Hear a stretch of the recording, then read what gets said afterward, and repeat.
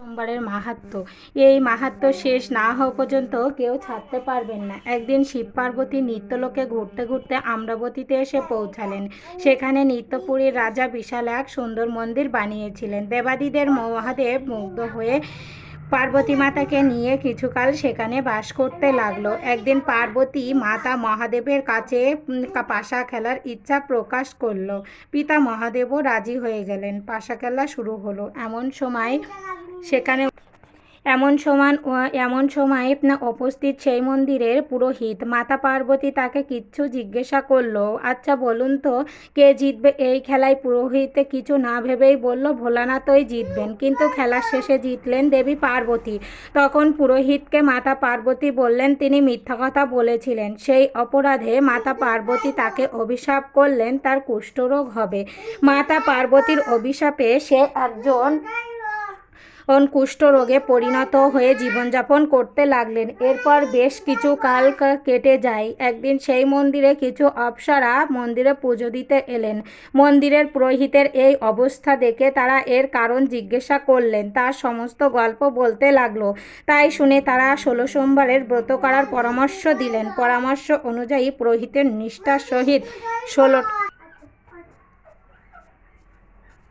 তার সমস্ত গল্প বলতে লাগলো। তাই শুনে তারা 16 সোমবারের ব্রত করার পরামর্শ দিলেন। পরামর্শ অনুযায়ী পুরোহিত নিষ্ঠার সহিত 16টা সোমবার করতে লাগলেন। তারপর ভোলানাথের আশীর্বাদে সে রোগমুক্ত হয়ে যায়। প্রতি সোমবারে ভোলানাথের পূজা করতে থাকে। কিছুদিন পর আবার যখন শিব পার্বতী ওই মন্দিরে ঘুরতে আসেন তখন পার্বতী পুরোহিতকে রোগমুক্ত দেখে তার আরোগ্য হওয়ার কথা জিজ্ঞাসা করলেন। তখন পুরোহিত মাতা পার্বতীকে 16 সোমবারের কথা বললেন।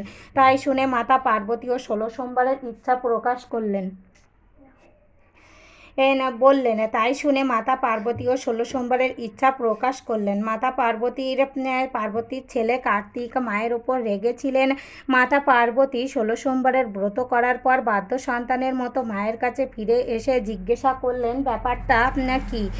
তখন পার্বতী তাকে 16 সোমবারের কথা বললেন। তখন কার্তিক ও এই ব্রত পালন করেন। আর তখন কার্তিকের 1 নম্বর বন্ধুকে কাছে পেয়ে যান।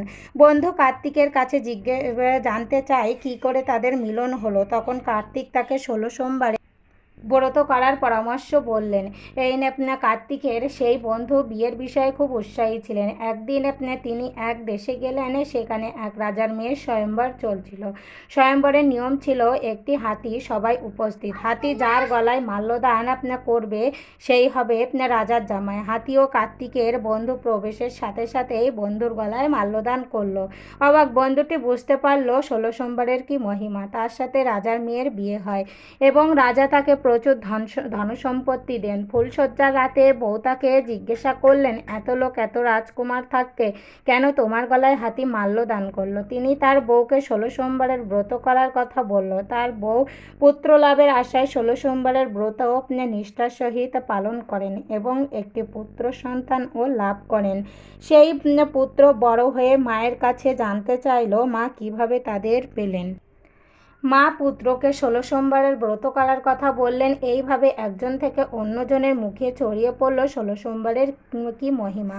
তাই জীবনে যদি সুখ সমৃদ্ধ শান্তি পেতে চান তাহলে মনোযোগ সহকারে 16 সোমবারের মাহাত্ম্য শ্রবণ করুন এবং ব্রত পালন করার চেষ্টা করুন। দেবাদিদের কৃপায় আপনি সবই পাবেন। আর আপনি যদি দেবাদিদের একজন ভক্ত হয়ে থাকেন তাহলে একবার বলুন ওং নমঃ শিবায় নমঃ, ওং নমঃ শিবায় নমঃ। হর হর মহাদেবের জয়, হর হর মহাদেবের জয়।